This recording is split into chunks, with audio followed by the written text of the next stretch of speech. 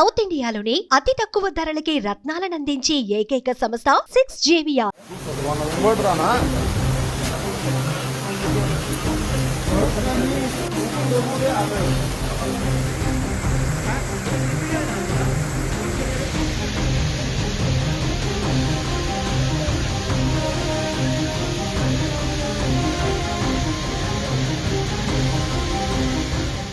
దేశవ్యాప్తంగా పలు రాష్ట్రాల్లో భారీ వర్షాలు కురుస్తున్నాయి. హిమాచల్ ప్రదేశ్ ను వర్షాలు వణికిస్తున్నాయి.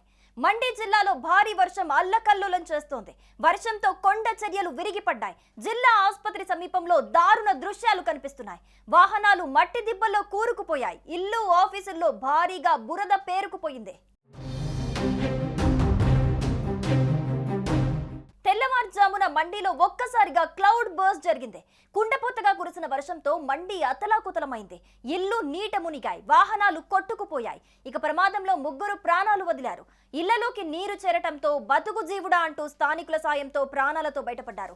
ఇందుకు సంబంధించిన వీడియోలు సోషల్ మీడియాలో వైరల్ అవుతున్నాయి. అందరూ నిద్రలో ఉన్నారు. ఉన్నట్టుండి ఒక్కసారిగా క్లౌడ్ బర్స్ట్ జరిగింది.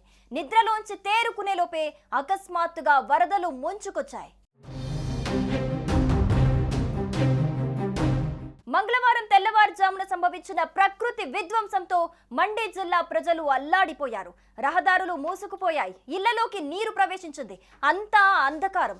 ఏం చేయాలో తెలియక ప్రజలు బెంబేలెత్తిపోయారు. కళ్ళు తెరిచి చూసేలోపే జరగాల్సిన నష్టమంతా జరిగిపోయింది. వాహనాలు, వస్తువులు వరదల్లో కొట్టుకుపోయాయి. మెరుపు వరదలు, కుంభవృష్టితో పరిస్థితి దారుణంగా ఉంది. చాలా చోట్ల సహాయక చర్యలకు ఆటంకం ఏర్పడుతోంది. రాష్ట్ర వ్యాప్తంగా రహదారులపై రాకపోకలు కష్టంగా మారినట్లు అధికారులు వెల్లడించారు. వీటిల్లో ఒక్క మండి జిల్లాలోనే 176 రహదారులున్నాయి.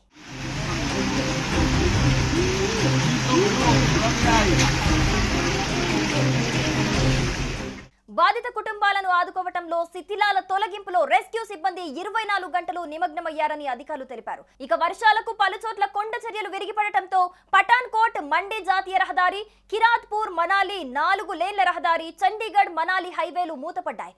కొండ చర్యలను తొలగించి వాహనాల రాకపోకలను పునరుద్ధరించేందుకు అధికారులు తీవ్రంగా శ్రమిస్తున్నారు.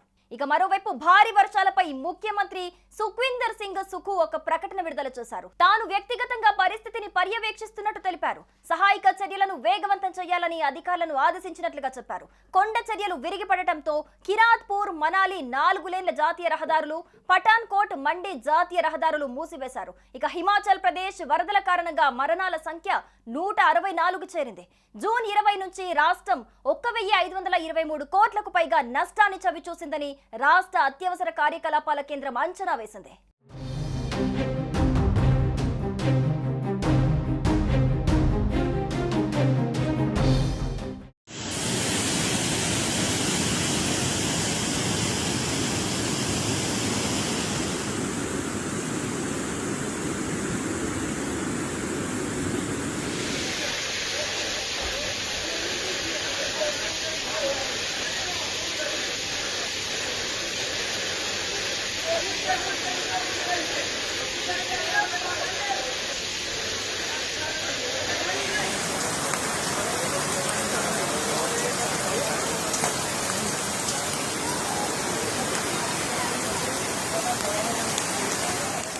సుమన్ టీవీలో మీ పర్సనల్ అండ్ బిజినెస్ ప్రమోషన్స్ కోసం కింది నెంబర్కి కాంటాక్ట్ చేయండి.